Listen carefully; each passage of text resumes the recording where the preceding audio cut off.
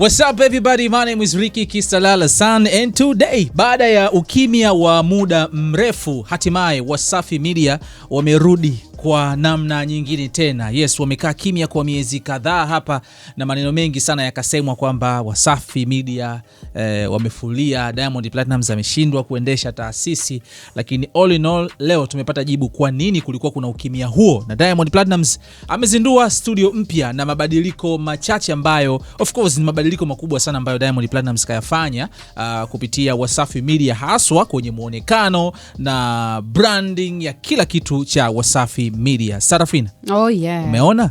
Bana we, hongera sana kwa ndugu zetu Wasafi. Hakika studio ni safi kama jina inaakisi jina lao. Unataka uambie Mike zao kama hivi? Nataka niwaambie mabadiliko ni mengi yamefanywa. Mkitaka kujua kwamba sisi tupo mbele ya muda Ricky Media. Yes. Wasafi Media wametoka kwenye mic za Shure. Sawa?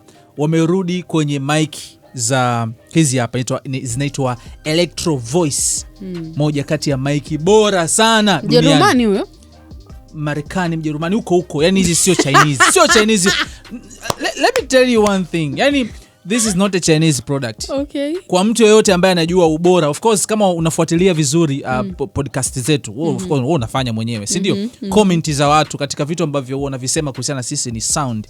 Sauti ya Ricky Media ni sauti ambayo utaipata kwenye sehemu chache sana, hasa ukizungumzia online TV. Yani all in all ni the best. You understand? Kwa hiyo kati ya vitu ambavyo Wasafi Media wamevifanya ni pamoja na jambo hilo kwamba wamebadilisha mic walizokuwa wanatumia. Of course hata zile mic tulikuwa nazo sisi, kama unakumbuka vizuri, zamani sana. Tulikuwa nazo tukaziacha kwa sababu tuliona kwamba kuna upungufu wa ubora fulani hivi. Ujazo. Unajua Tanzania tuna tabia ya kwenda na trend, right? Tuna tabia ya kwenda na trend sisi wa Tanzania. Na of course hapo mara ya kwanza tulikuwa tunatumia mic fulani hivi, nazo ni condenser, tukabadilisha tukaenda kwenye Shure kwa ajili ya kutafuta ubora na trend ya dunia, lakini tumetumia Shure, unaona kabisa kama kuna kaujazo fulani, kitu fulani hivi na kikosa. Tukarudi kwenye maiki zetu hizi hapa Shure, tumezipaki, zipo zinafanyika, mkitaka kutoka na nini tunafanyika. So hata Wasafi nao wameona kwamba tunatakiwa tupate ubora wa sauti kwenye vipindi vyetu, wamebadilisha hizo mic. Lakini pia mabadiliko mengine ambayo Wasafi wameyafanya ni kwenye branding yao ya rangi. Kama unakumbuka, yes, kwenye logo na appearance, yani sasa ndo ni brand identity zao sasa hivi, color zao wanazotumia. Sasa hivi wameenda kwenye orange pamoja na blue fulani hivi pamoja na yellow. Kiangalia vizuri kwenye branding, hata logo yao. Subiri useme njano, sasa ulivyosema yellow umeniacha. Lakini pia hata sisi kama umeona kuna mabadiliko tumeyafanya. Yes, unajaribu kusema nini? Najaribu kusema kwamba tulikuwa tunafikiria designer na mimi tulikuwa tunafikiria vitu ambavyo vinaonekana vimeshabihiana. Of course watu sio kasema kwamba Ricky unaongea. No. Kama unaangalia, unafuatilia podcast yetu yes, podcast yetu unafuatilia podcast ya E-Talk, Entertainment Talk, utaona pale kasoro tu logo ya Ricky Media tujabadilisha, lakini kuanzia graphics na kila kitu tunatumia za orange, right? Yes, ni mabadiliko madogo ambayo watu wanafanya. Of course ni kitu kizuri sana. Hatumaanishi kwamba wametuiga, no. Ila tunamaanisha kwamba na sisi tupo katika mabadiliko. OG recognize OG. Unajua uwekezaji ambao wanafanya hao wenzetu wenye mainstream ni mkubwa sana. You understand? Sisi ndio ukiangalia Tanzania online TV bado tunasuasua. Bado tunasuasua. Yani ni ukweli kabisa. Ukizungumzia online TVs ambazo Bongo zimefanya investment kubwa, utazitaja chache, utataja Millardayo, utataja Global Publishers.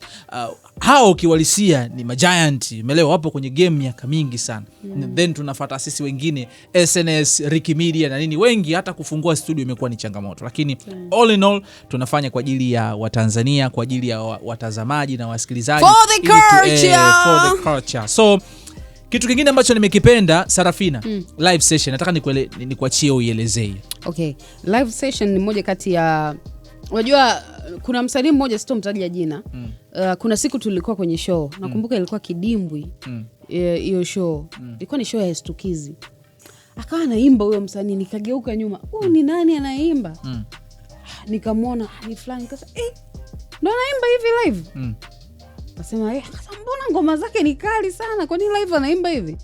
nikagundua kumbe watu hawakutani na hizi sessions za live mara kwa mara. So ukikutana na sasa hivi msanii akienda kufanya interview, let's say XXL pale au useme Clouds kwa ujumla, kuna session ya live. Sasa unaziona zile zinamfanya mtu akili yake iwe active kwamba okay, nikienda pale kuna kupiga live, kwa mazoezi atafanya. Kwa Diamond na yeye studio kwake kumekuwa na hiyo setup ya live. Na yeye mwenyewe ameifungua mwenyewe. Amepiga live na ni live kali kabisa. Kama umeitazama utakuwa umeenjoy kama ambavyo tumeenjoy sisi. So hii ni inawakumbusha wasanii. Wao usijikute msanii wa studio.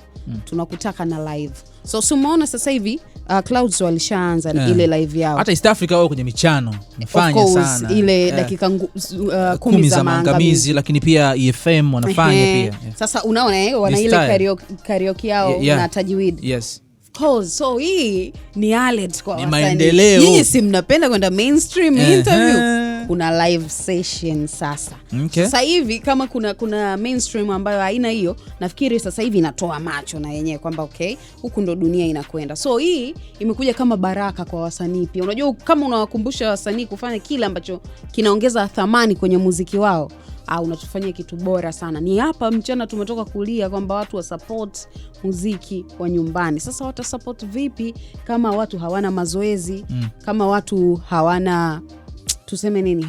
Yani wanafanya vitu kwa mazoea. Sasa hivi baba ukienda interview unapiga live session, utajua wewe unajua live au hujui. Lazima ujipange. Hatutaki kuhesabu wasanii wa live, tunataka wote tuwasikie na kwenye live. Tena unamfahamu yule nani? Hadi nakuuliza unamfahamu? KB yule alipiga kwa shishi hadi nikakwambia huyu ni noma hivi. Kontawa ni noma kwenye live. Muziki yake ile alipiga live Dodoma, nikasema okay, kumbe Kontawa ni noma kwenye live. So hizi hawa wakina Diamond wanavyofanya renovation kwenye studio zao, alafu anatuletea live setup ya live, mimi nafurahi. Ita improve sana kwanza hata wasanii wenyewe kwenye issue nzima ya performance kama ambavyo umesema, lakini pia wasanii wanakuwa wanapata uzoefu. Yani kwamba nimerekodi wimbo lakini nikienda sehemu fulani natakiwa niimbe live. Kwa hiyo tunatengeneza kizazi cha mazoea ya live, kinakuwa active muda wote, kwamba sio wimbo na rekodi tu.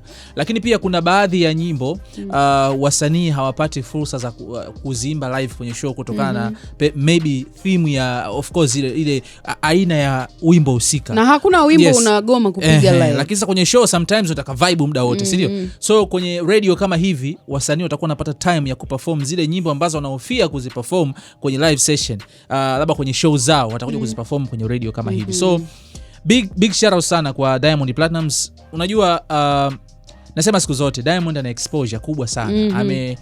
Naweza nikasema ndio binadamu ambaye katembea kwenye studio nyingi zaidi. Binadamu kwa Tanzania, Mtanzania au Mtanzania.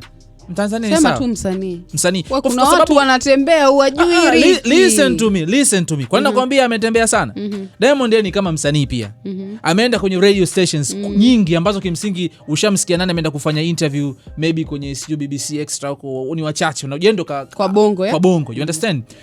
Kwenye TV stations ameenda nyingi zaidi kutokana na career yake ya muziki. Sasa hiyo sijabisha hiyo. Kwa hiyo maana yake ni kwamba anachukua ile knowledge ambayo anaipata kwenye hizo radio au TV, anaangalia kwamba wenzetu wanafanya kitu gani. Ukitaka kuangalia hata jinsi Wasafi Media ilivyokuwepo. Unajua Wasafi Media ukizungumzia kwenye digital ni watu wamekuja kufanya evolution, right? Watu wamefanya revolution, kwa hiyo wao wamekuja kufanya evolution kwenye upande mzima wa digital, yani mainstream kwenda digital. Ndo muhimili wao mkubwa sana. Mimi nasemaga siku zote coverage ikifanya na Wasafi Media inawezekana kana changamoto za live na nini, lakini ukija kwenye picha utakutana na picha nzuri zimenyoka, update nzuri. Yes, hilo halina ubishi kwa Wasafi Media. Wamekuja kufanya changes, ndio maana wamekuwa kwa haraka zaidi. Sasa dunia ndio imefika huko sasa. Hatuwezi tukangangania maisha ya nyuma. Hata sasa hivi ukiangalia hata hii studio jinsi ilivyo, very simple. Ni kama mtu akiangaza akasema hapa studio ya podcast. Lakini it's a mainstream. Umeelewa? Afu unajua mimi nimependa nini kwenye hiyo studio? Nimependa ile meza yao kama jiwe. Kama lile jiwe ambalo lilikuwa pembeni. Yesu akafufuka. lile Yesu akafufuka. Yani imekaa kipasaka kabisa yani. Yani naona kama tunaenda kusherehekea Pasaka na muonekano mpya wa Wasafi TV, Wasafi Media.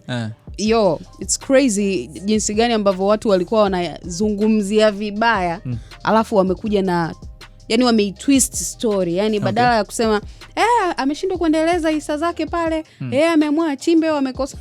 Kuna dadangu mmoja huko mtandaoni anasemaga vitu kwa uhakika sana. Nimeona pia wamepitia changamoto kwenye walipokuwa na walipokuwa wanaanza. Mpaka sasa hivi bado naona ina stuck bado. Hata ilibidi izinduliwe jana hii kwa taarifa zilizopo, lakini wakapostpone. Lakini naona leo tena mambo yamekuwa sio mazuri. Unajua vitu vipya ndio tushazindua hivyo na interview ishafanyika, inaendelea.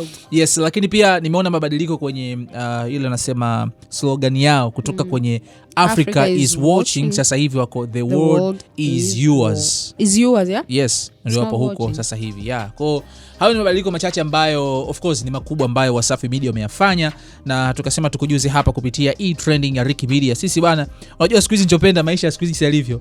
Hakuna tena usimpe airtime fulani, hapana. Yani hata Wasafi wakichukua kitu Ricky Media watasema Ricky Media. Hata siyo Clouds. Sasa hivi tunakunyakulia. Sasa hivi story ya Clouds unaweza kuikuta wapi? Yani ni it's a normal thing. Imekuwa biashara kwamba tunafanya biashara. Sasa wewe utakaa na vitu vyako mwenyewe. Dunia yenyewe iko wazi. So kweli. Unajua kwenye interview ulofanya na Ricky Media pale? Au kuna interview moja ulifanya, wewe usitaje jina ila sisi tunajua unarifaa wapi. Bwana, mimi naitwa Ricky, nilikuwa na Sarafina Jerry, and this is trending behind the camera. Mama KB Pixel, tuko na nguvu za kutosha na Magic Builders International, Silent Ocean, Simba wa Bahari. Bye bye.